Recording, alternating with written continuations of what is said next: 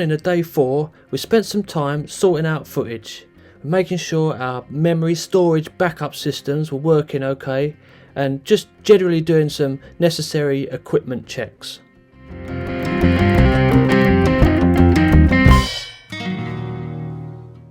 So here's all the equipment that we use while we're out here making this documentary. As you can see, there's quite a lot of different stuff that we had to pack and get prepared for. It's all got different uses. So obviously we've got our tripods, 3 tripods for different gear. We've got various cameras. We've got Sony G. This is mainly for zoom functionality on it. So if you see stuff from far away, we can get it on that. Canon G7X Mark II. That's for general footage. GoPro Black, and again that's for general footage. We've got the 360 cam. We're still playing around with this. Thought it would be cool to get some different types of shots. We've got the drone, which is Mavic Mini, the original, and we've also got some ND filters to go on that because it's quite bright out here. Various batteries. Obviously, make sure that we're going to have enough battery storage for the whole of the day. So we've got spare batteries for all the different cameras, SD card readers, whole collection of different micro SDs and SD cards. We've got a variety of different cables, USB-C, micro USB for a variety of connectivity. We've got the hard drives here to store all the stuff on, and obviously a computer to review the footage. Clamps. This for obviously clamping the cameras to different objects. Yeah, so we've got a whole array of different stuff here.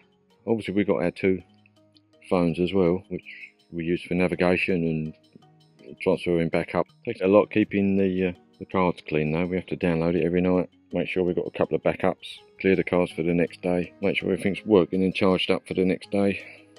Using all the sockets in the place overnight to charge everything up. Yeah, quite a lot of work actually.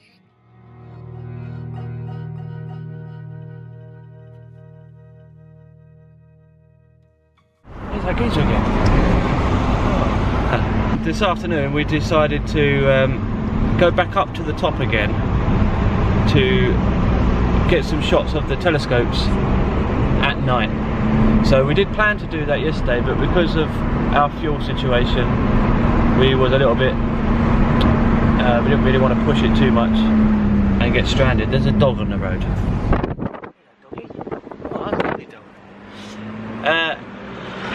So we're going to go up again this evening and hopefully get some time lapse of the telescopes at night with the stars.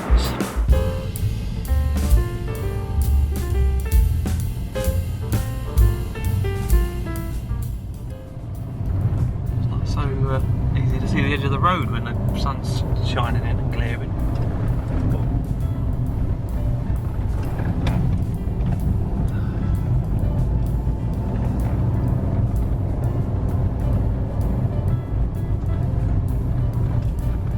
A lot of these roads ain't got no barriers on the edge.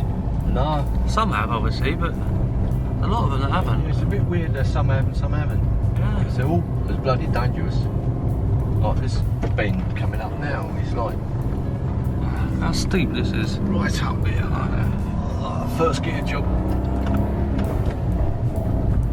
And this bit here And this one ain't got a barrier at all. barriers. There's some blinds just so you can't... Right down the bottom there. Going. Oh. It's a nightmare. Certainly that goes down a bit now, I think. Camera's like getting hard to focus because it's... That's a bitch now, that sun is right in the path. See where you're going.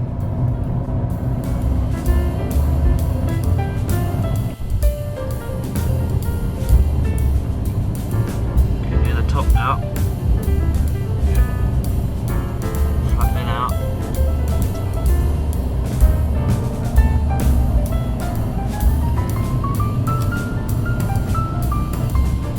Sun's just going down behind us.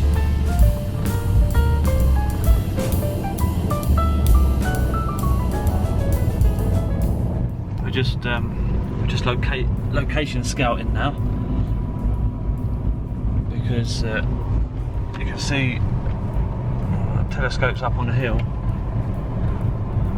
Just trying to find the best location to set up so you can see the telescopes in shot, big enough and clear enough so you can obviously see they are the telescopes, not a little blob on a hill, and but still have enough of the sky in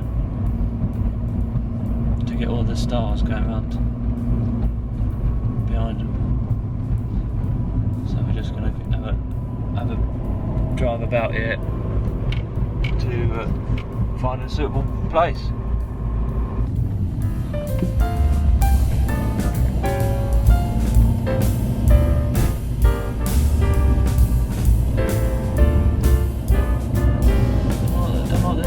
Look at this road, look, oh.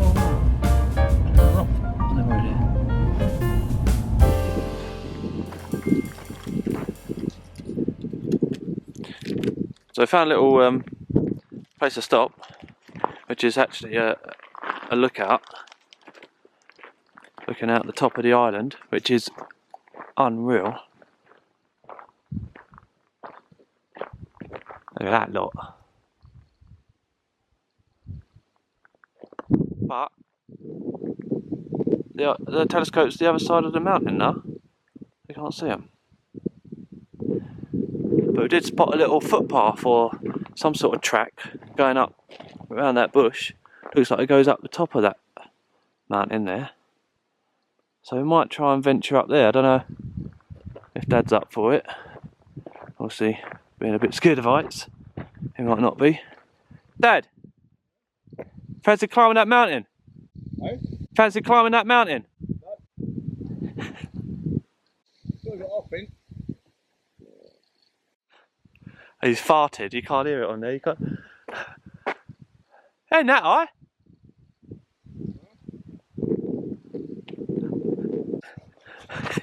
You what?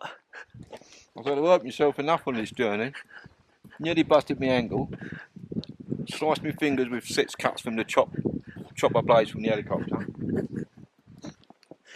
You nearly cut your ear off earlier. Oh yeah. How is it? Bashed me ear. The bleeding umbrella.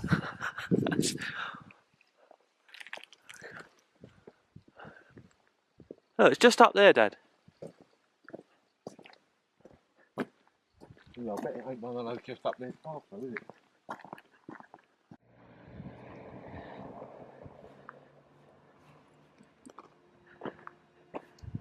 Getting prepared for a cold evening. It was at this point we really should have re-examined the situation. He's doing it.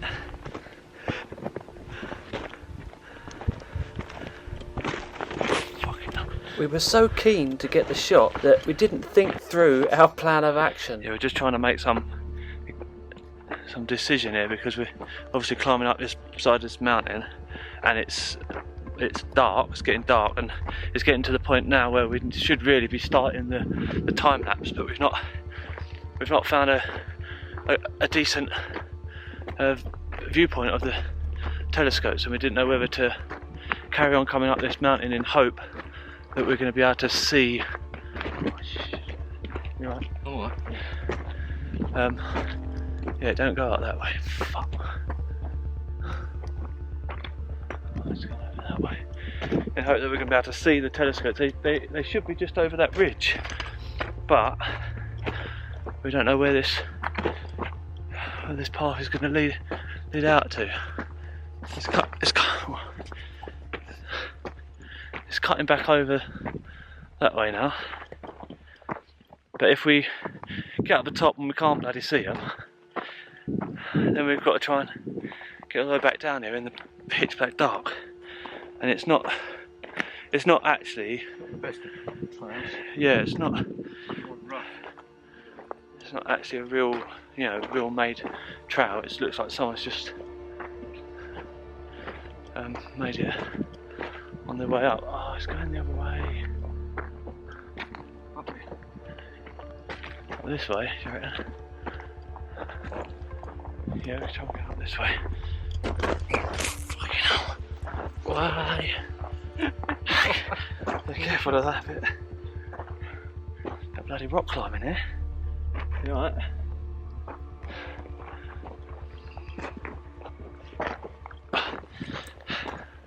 We were so focused on getting up this mountain to find a good location that we didn't really give much thought as to how we would get back down in the dark.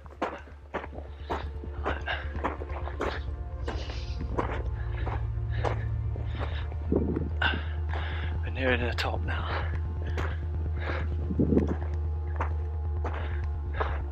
There's one there.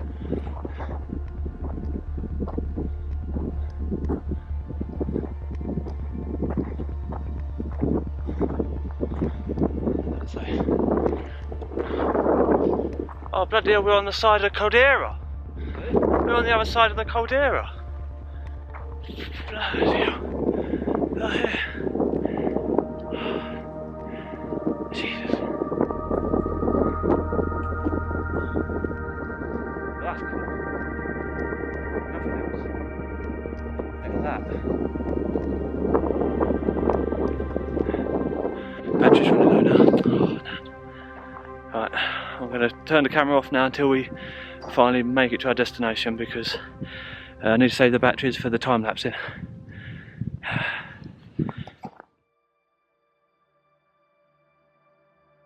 Cool.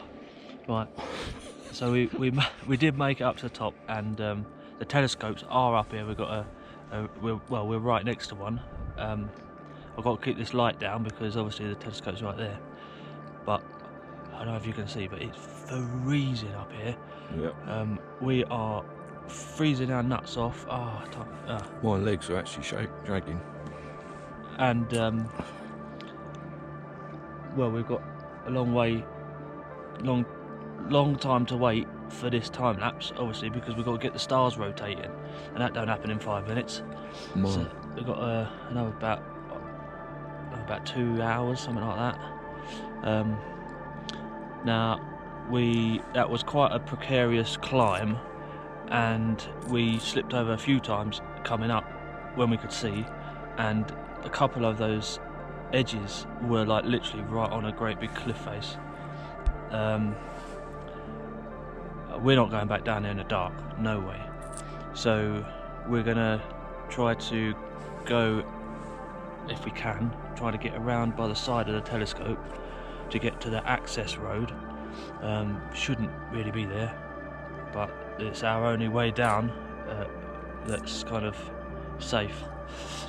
In the meantime, we got to keep warm somehow.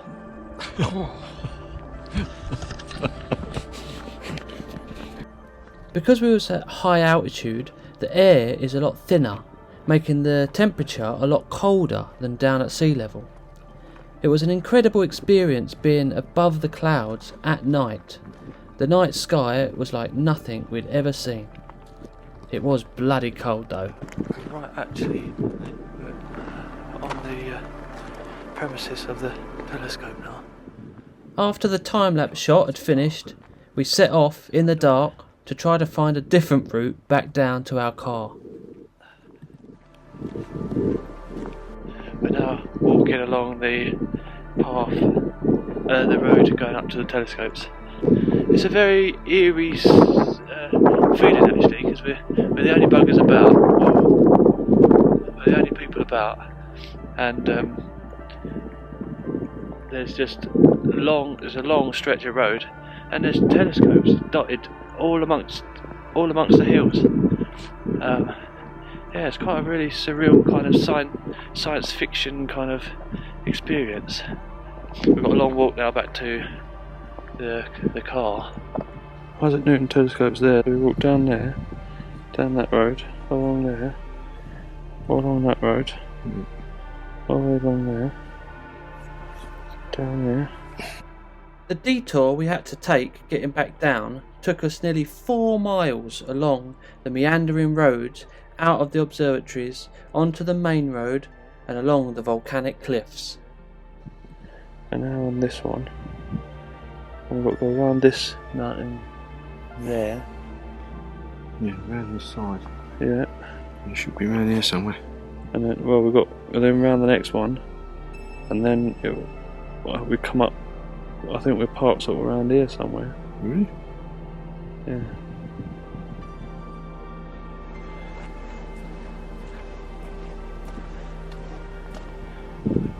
Pitch black. Completely black here.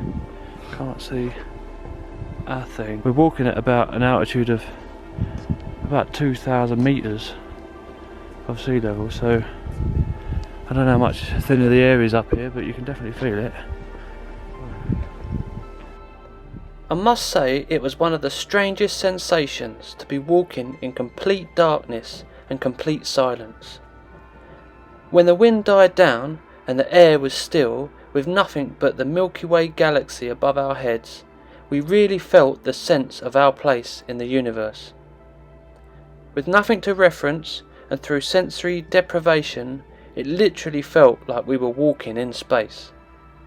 This was definitely an experience we hadn't anticipated, but one that will be with us for a long time to come. There she is. Good going, old timer.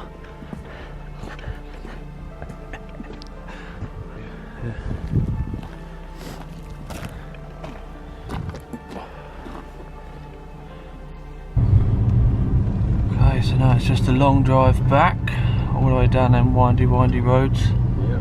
All that back down to the bottom of the island. Going home. Down to sea level. Yeah. So what's the time now? It's like midnight, isn't it? I don't know. Got midnight. Is it? It's good, yeah, it is. Yeah, 10 past midnight. Yeah, it took us 2 hours to walk back up here. Yeah. Alright, that's it for tonight. No more filming. Good night. And here is that few seconds of time lapse that took us most of the night.